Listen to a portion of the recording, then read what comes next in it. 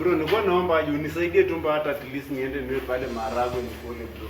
Njaa inaniuma tangu asubuhi sijapata kitu ya kukula. Uko sawa? Mimi niko sawa. Mimi sana sikianga watu wenye wanaishi kwa Mungu, watu wenye wanategemea Mungu, si maskini ni tajiri. Why wewe ni maskini? Najua bro, saizi sina pesa, sina kazi. Ni vile Mungu ameandaa maisha yangu ya kesho bro. Nilikuwa naomba unisaidie tu mbao niende niwe pale Maharagwe. Unajua mimi ya kesho hujui Mungu amenipangia aje.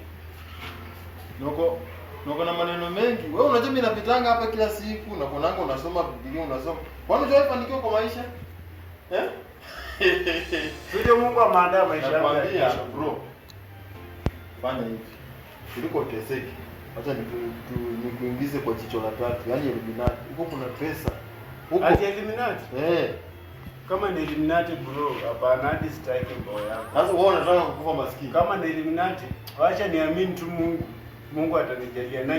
Najua kesho yako. Wewe Illuminati najua itaisha. Mungu ishangi. Najua sawa. Wewe endelea kutegemea Mungu wako na utakufa maskini. Mimi huwezi niomba 20 bob na unategemea Mungu. Stupid. Master Lebo.